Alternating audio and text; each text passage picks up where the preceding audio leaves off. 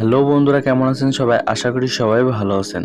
তো বন্ধুরা, আমাদের এই ফোনে টাইম দেখার জন্য এই যে সাইড বাটন বারবার ক্লিক করতে হয়। তো এই সাইড বাটন বারবার ক্লিক করার ফলে আমাদের কিন্তু সাইড বাটনটা নষ্ট হয়ে যেতে পারে। তো আজকের ভিডিওতে আমি আপনাদের দেখাবো যে কিভাবে আপনারা ফোনের উপর ডবল ট্যাপ করে ফোনের ডিসপ্লে অন অফ করতে পারবেন।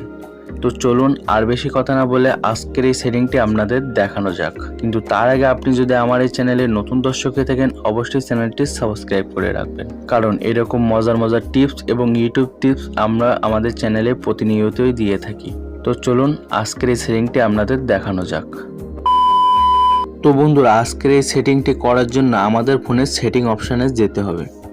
তো এই সেটিং অপশানে আসার পর এই যে সার্চ বারে আপনাদের লিখতে হবে lock screen, LOCK, lock SCREEN, lock screen বলে আপনারা সার্চ দিয়ে দিবেন।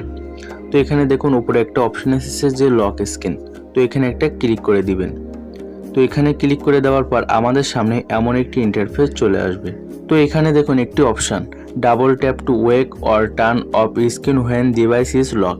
তো এই অপশানটা যদি আপনাদের অফ করা থাকে তাহলে অন করে দিবেন। তো এইটা অন করে দিলে কি হবে, আপনারা ফোনের উপর যখনই ডবল ট্যাপ করবেন তখন আপনার ফোনের আলো বন্ধ হয়ে যাবে, আবার যখন ডবল ট্যাপ করবেন তখন আবার আলো জ্বলে উঠবে।